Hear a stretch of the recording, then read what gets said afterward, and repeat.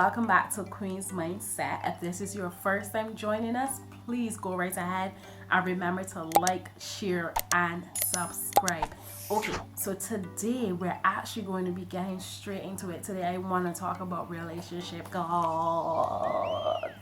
I don't know how many of you have purchased this book on relationship goals by Michael Todd, and it is a phenomenal book. No, I haven't been able to finish it as yet because I can't seem to. It's so much to digest, it's so much because a lot of things that he talks about in this book. But I really thought, okay, let me do a quick video on this, on some of the things that he has been discussing. So I'm just going to read to you the content in terms of what to expect once you purchase the book and you get a chance to actually go ahead and read the book. So he talks about taking aim, he talks about before the person, he talks about the S word, that's a juicy one, and he talks about intentional dating, that was really good too as well. He talks, does it need to end? He talks about surrendering your sexuality. He talks about all tied up and the triangle, and he talks about the major keys to a successful marriage. And then he gives us the conclusion. Now I'm at chapter 5, so I'm just there about does it need to end, right? But I've gotten so much so far from this book, and I just thought I want to share it with someone. Listen to me. I love to talk about relationships because I can relate so much. That's just me. I love talking about relationships. That's me.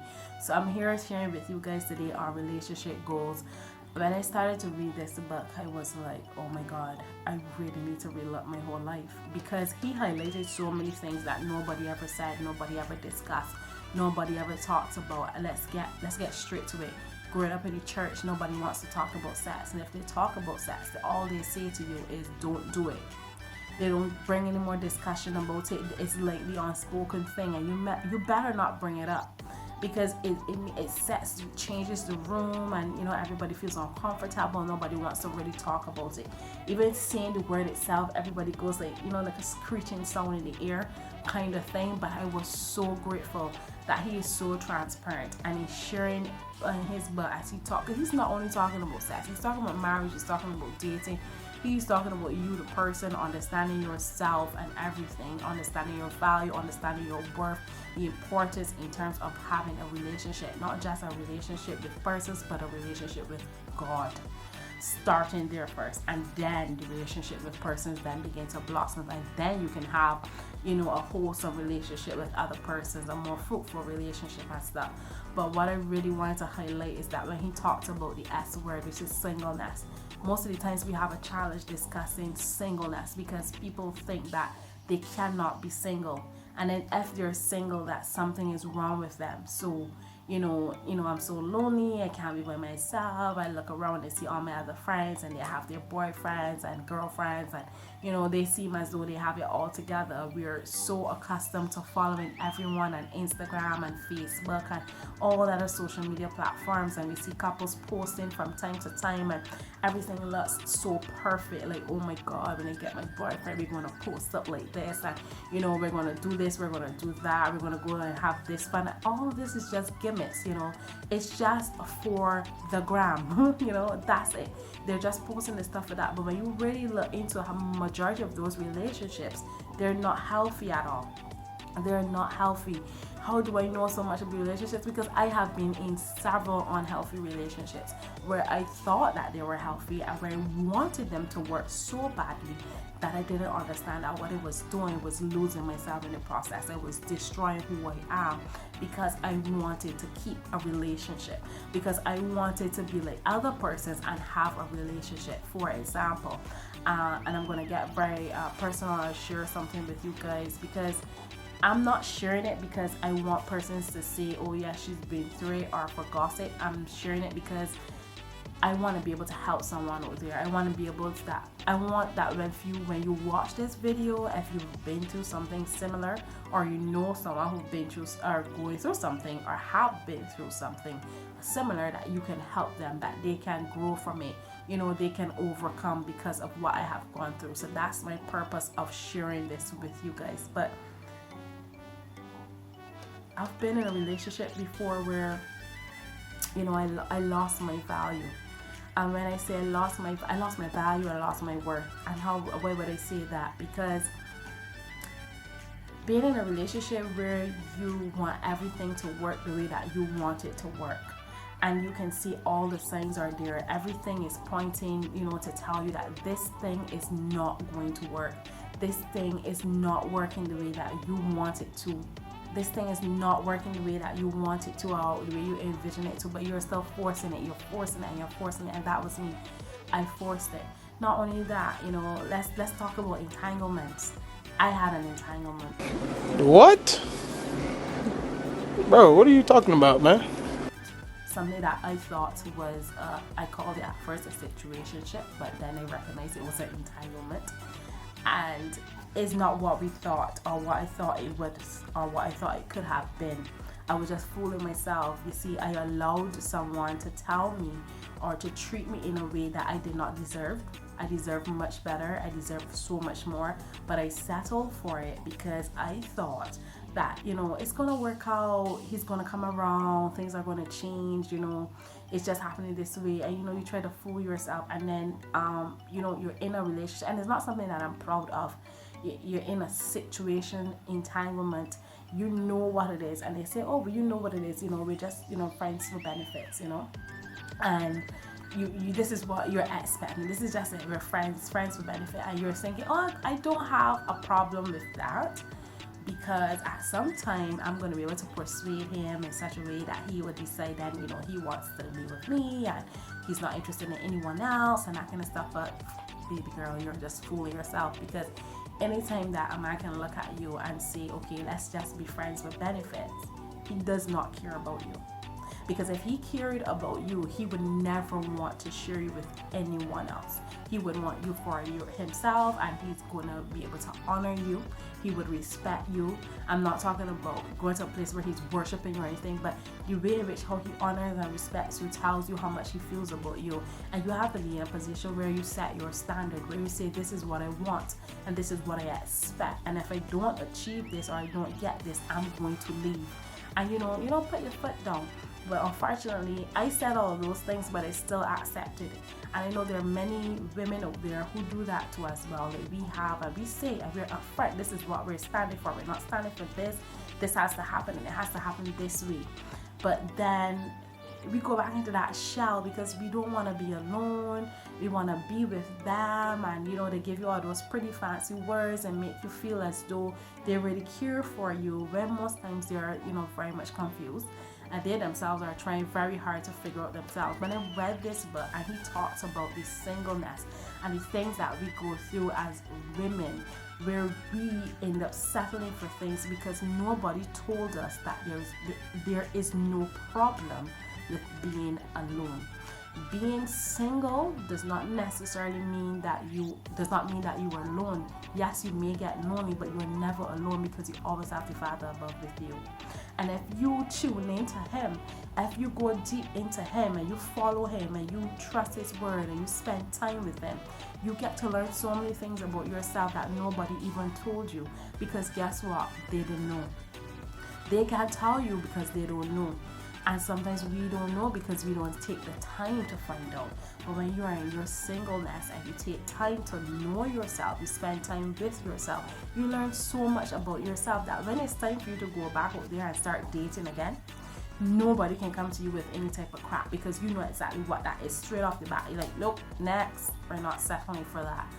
So I stayed in a relationship where he thought that he could play me and play her at the same time. So he used both of us. And in his mind, he didn't, because technically we're in an entitlement. We're not in a relationship. So this gives him the opportunity to do whatever he wants to do. He does not have to be worried about anybody's feeling, because you know the deal. You understand what's happening. We're not together. But behind the scenes, we act like that. On the telephone, we act like that. But in public, where we're around other people, you keep it down, you hush down, you act like everything is all nice and dandy and you're not in a relationship. And this is what we do all the time. I have done that. And I've decided that is no longer going to be me. And why I did that, because I understood. And I always knew my value. I always knew my worth. I always knew what I stood for. But because of the culture of wanting to be a part of the clan, wanting to be where other persons were, having what I thought was a somewhat a cute thing, you know, we hang out, we do stuff together, but everything is happening behind the scenes. Your big secret. That's what it was, a huge secret to everyone. Nobody knew. People knew of me, but nobody knew what was happening between us. So everybody thought I was just a friend, but nobody knew that we were more than friends. Nobody knew what was happening. And all that time you're doing that, and your heart is being entangled. You're entangled with everything that is happening, because like Pastor Todd said, there is no condom for your heart. So you can't go into these things thinking, okay, we're just going to be friends and we're going to do this and we're going to do that, and it's not going to affect me. It will affect you. As much as you try to block it out, it's still going to affect you. And it affected me so much. It changed my mood at times. It changed the way how I started to see things. And yes, I was always a go-getter, still is, and it will go down and come back up. But the mood keep fluctuating all the time. You're feeling slightly depressed, because you start thinking about, why is this happening? You're questioning yourself. You're thinking, maybe I'm not good enough. Maybe something is wrong with me. Why would he not choose me? Why would he not want to be with me? Why is it that he's going after this person? Why? Instead of seeing that, listen, this is not good for you. You see, and not only that, as a woman of God, as a Christian, which I am, you want to be attracted to persons who are, and don't take this the wrong way, but yes, this person may be a Christian, and he was a Christian, he baptized, everything, go to church, know God, blah, blah, but not consistently, not fully in depth with the word. So you got to be careful in which you're being entangled with, because we were not the same. We were not the same. We were equally yoked. We were not the same, but I was trying so hard to make it work. I could pray for him. I will pray him through it. He's going to change. This is going to happen. All those things I told myself time after time after time, and nothing changed. He disrespected me plenty times in front of people. I'm going to say in front of people, I mean, without even knowing, because, you show up somewhere and there you go. There's the other girl. Everybody knows about her. Nobody knows about you. But we keep it as a hush-hush thing. You flaunt that in between. It's almost like she becomes priority for certain things, and you're pushed back in the back burner. Then you find out, okay, I show up. Next minute she shows up. She's the one who is taking priority over. I mean, all those things I went through, and having to sit back and watch that and thinking, okay, I'm gonna play it cool, because me, I'm a very professional type of person, so not gonna let it bother me. I'm not gonna let you know that it's affecting me. I'm unbothered. The facial expressions and everything is like, I'm good. But deep inside, you're dying. And that was me, dying. And then I asked myself, why do you continue to allow this person to have that much power over you? And most of the times, why? Because of the soul ties. You see, what we don't understand, and Pastor Todd talks about it in his book too. I haven't gotten that far down, but I've been watching his videos online, and I would recommend those to you too. When he talks about those soul ties, we don't know what is happening. You get tied with so many different persons as you're with them, and you don't know what they came with, their insecurities that they brought into that relationship, and you consume those insecurities, and you take them on, and they become yours, and it changes your mood, it changes the way how you see things and the way how you do things, and you don't understand that you're being so heavily affected by all of these things that are happening around you, because in your mind everything is fine. That was me. I was that girl where I thought everything was fine. Everything was not fine. Everything was not fine. Until one day that I got it, and I decided, you know what, this is not going to happen to me anymore. I've had enough. And then you go and you think, oh, I'm going to block the person, I'm going to delete the person, we're not going to speak anymore, the friendship has ended and everything. But then you know what, you creep back into it, which is what I did. You creep back into it. You start back at, oh, this person, we spent so much time together, I can't not speak to this person, and this thing was legit, so we don't need to be major friends, but at least let me say hello, at least let me check in and stuff. Stop fooling yourself. The only way to get rid of that, the only way to cut this soul tie is to confess what happened. Confess, yes. Confess what happened. Cut the person off completely out of your life. And it's not that you're being a horrible person or you're being too harsh, but you need to move on. You get that person completely out of your life. You don't need to be friends. You don't need to say hi. You don't need to have any type of interaction. Cut that person out of your life. And anytime anything possible comes up where that person is concerned, run like crazy. Because what's going to happen, you don't know if you're that strong enough as yet to go back into having discussions with that person. Maybe you will become a bit stronger later on, but as it is very fresh, you need to let go of that person completely. Don't make any sense being friends. Don't try it. You're in denial if you're trying that to say yes, you're just friends. Yes, you guys can still talk. No, you cannot. Leave it out completely. You don't need to say a hi. You don't need to say a bye. You don't need to say nothing. Leave that person right where that person is and continue to step. Look at developing yourself, how to grow yourself, walk in your purpose, learn what your purpose is, find out what that is, build and spend time with God, and just grow and develop. And that's what I had to learn, and that's what I want to share with you guys, because I don't know which of you are going through a similar situation, and I would love for you to be able to get to the place where I am today, where I have been able to go past that and just grow and just leave that alone and just grow and keep moving. You will get there, because I'm not all the way, and I'm not perfect. I'm not trying to be perfect. I'm still learning. I'm still growing every single day. But what I can tell you is that where I was, I'm no longer. And I'm so grateful for Michael Todd's teaching. I'm so grateful for his book that I'm reading right now. And I'm so grateful for the Father above, of course, because he has definitely kept me grounded. And remember, you are worth it. You are worth more than silver and gold. Because for God to send his only son to die on this, to come to this earth, to die for you that you may have life. Come on now. Come on. He said that, you're royalty. You're a royalty. A royal priesthood. You're peculiar people. Like, come on. You are more than enough. So don't allow any of these men to come in and think that you're not. And yes, they may not say it as clear as words, but their actions show it, the way how they treat you. If you realize that the only time he's checking for you is close to like 9-10 o'clock, and that's the only time he can message you, then no, you're not a booty call. No, sweetie, bye. No. If the only time he knows you is when he wants something or when something is wrong, that's the only time he chats in. No. If you guys can't sit together and discuss your future and discuss how you guys can grow and develop in God and mature and do different things, then no, you don't want that person in your life. You don't want someone who's only there to use you. If every time they call you, they want to borrow money, what you have from me, they always want something from you, but they're never giving you anything. And if they do give you something, they're not giving you anything of value.